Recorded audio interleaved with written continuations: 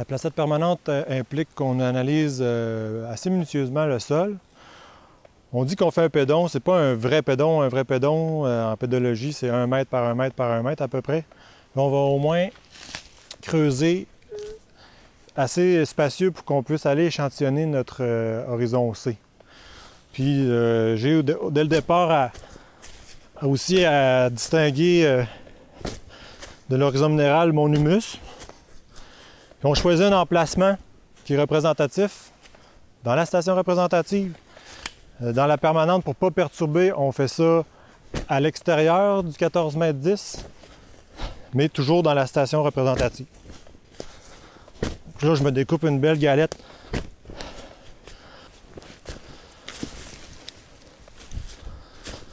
Moi, je le prélève tout de suite parce que en pelletant, je peux contaminer mon échantillon par après. On vient chercher... Ici, j'ai mon horizon AE, qui est un horizon dont les éléments nutritifs ont été lessivés. Un horizon minéral, ce qui est grisâtre.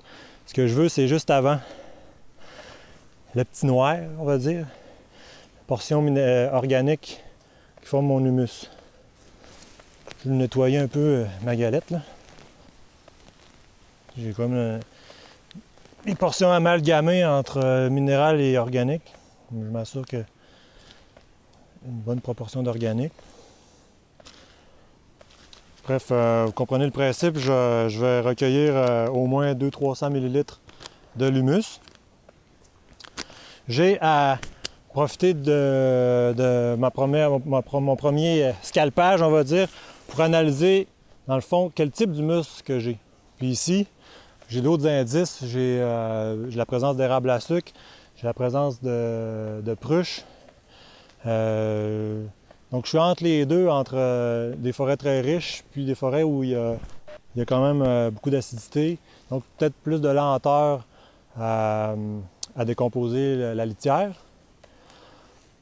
Donc ici, dépendamment de la proportion de matière organique, et de l'épaisseur, tout ça, je vais avoir 3 types d'humus possibles. Je vais avoir un mort, un modère ou un mûle. Ici, j'ai quand même quelque chose qui ressemble quand même à un mort. Je ne dirais pas que j'ai un modère, malgré les circonstances. Je vais quand même compléter plus tard. C'est une idée première, mais j'ai à désigner le type d'humus. Je vais aussi avoir à mesurer l'épaisseur. Puis en nettoyant mon pédon par la suite, je vais pouvoir plus facilement l'évaluer. J'évite de piétiner dans les circonstances où il y a de la mousse, par exemple, je vais éviter de piétiner pour avoir une bonne évaluation. Quand il y a de la mousse ou de la sphène vivante, c'est la partie morte. C'est à partir de la partie morte seulement que je vais mesurer mon humus jusqu'au minéral. Et non pas, des fois, une bonne épaisseur de sphène vivante. Fait que je poursuis. Je vois apparaître un beau sol marron roux. Juste après l'horizon AE. L'horizon que je disais qui est éluvié, qui a perdu ses nutriments. Je rentre dans un horizon qui est oxydé. C'est la couleur de la rouille. C'est le début de mon horizon B, qui est l'horizon le plus riche, où les racines vont descendre, en plus de s'alimenter en partie dans l'humus, les racines vont descendre dans l'horizon B, se nourrir. Vous voyez, je coupe encore des racines dans le roux. Puis là, je vais aller jusqu'au C pour que je puisse m'assurer que je vais prélever un échantillon assez pur de mon horizon C. C'est plus facile par la suite d'aller sur le côté, d'aller prélever mon B. Et des fois, il y a des fragments du B qui tombent en bas, puis au moins, je vais avoir prélevé mon C. À mesure que je vais creuser, la coloration va évoluer jusqu'à apparaître comme du sable. Ici, c'est une espèce de sable fin avec une composante de laume, de limon. Je m'attends à ce que la couleur devienne de plus en plus pâle. On voit ici que j'attrape rapidement un peu de C. Peux-tu aller me chercher la sonde pédologique, Mélanie? Je vais avoir besoin.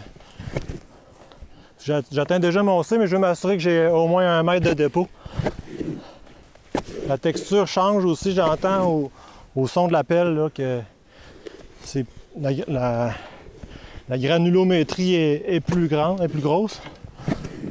C'est généralement ça qui se passe. Les particules qui subissent plus de l'effet du gel-dégel vont devenir plus fines avec les années. Merci. Puis même, je peux utiliser ma sonde pour nettoyer le fond là, pour faire un beau prélèvement rapide de mon C. Là, je sais en creusant que j'ai vraiment cessé d'avoir une évolution de ma coloration. Je peux aller chercher mon échantillon du C comme ça à la sonde pédo. Il est plus compacté dans le fond. Là, ben, oups, je vois qu'il y a encore des mouchetures. Je suis plus dans une transition BC. Fait que je vais utiliser ma sonde plus profondément pour voir si j'aurais pas un horizon plus nettement, peut-être grisâtre. Là. Il reste un peu ocre. Mais ça peut arriver que ça soit comme ça que mon C s'exprime ici. Là. On voit quand même la différence de coloration avec le B où il y a plus de nutriments, plus de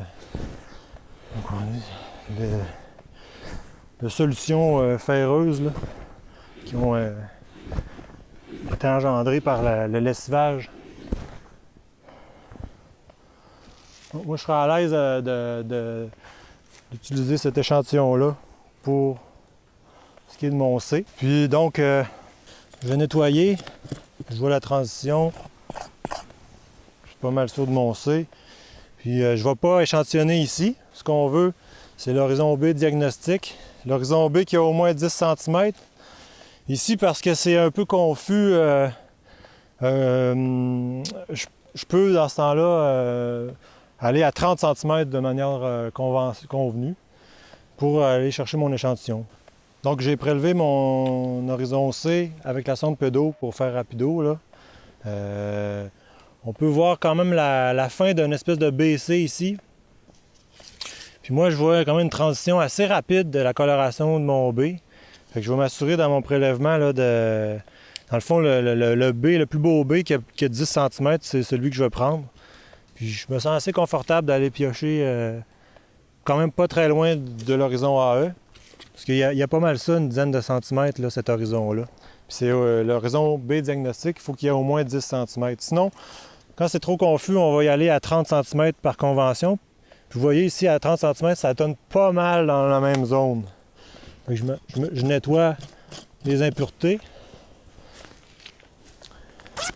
Puis je vais aller prélever.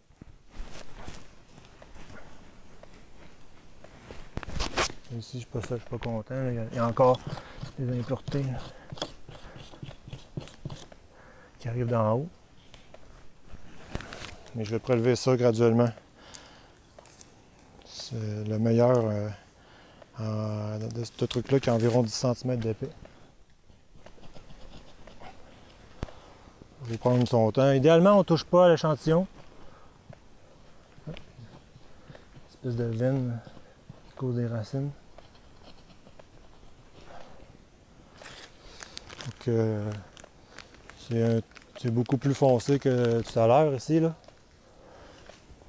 Puis je vais remplir encore 200-300 ml de ça pour envoyer au laboratoire pour confirmer la texture, mais aussi faire certains suivis physico-chimiques en lien avec l'évolution des sols, du fait qu'ils subissent la plupart des précipitations acides qui changent certaines compositions chimiques du sol. Une équipe à la direction de la recherche qui vont s'intéresser à certains des échantillons qu'on fait. Bref, je sors avec un humus, un échantillon d'humus, mon B diagnostic, mon C. J'ai des étiquettes à poser là-dessus, le projet Laviré, Placette. Et puis, je vais avoir d'autres mesures à spécifier dans la tablette électronique. En gros, c'est ça. Donc, c'est pas un vrai pédon, mais assez pour qu'on puisse fonctionner. Puis, on prend le temps de le remplir. Aussi, on pourrait mentionner dans la tablette s'il y a eu prélèvement, parce que les circonstances sont pas toujours, demandent pas toujours à ce qu'il y ait prélèvement d'échantillons. Dans la tablette électronique, on a des mentions à inscrire s'il y a eu échantillonnement ou pas. Puis, j'ai à évaluer en bout de piste le pH de mes horizons et de mon humus. Donc, j'ai un petit kit à pH. Je vais mettre un échantillon de chacun avec bon, tout ce que ça exige, là. Le petit liquide, je me souviens plus, le bleu avec la petite poudre. Puis bon, c'est quand même intéressant de suivre le pH directement sur le sol parce que je pense qu'il peut évoluer au cours du transport aux différents aléas d'entreposage. Voilà!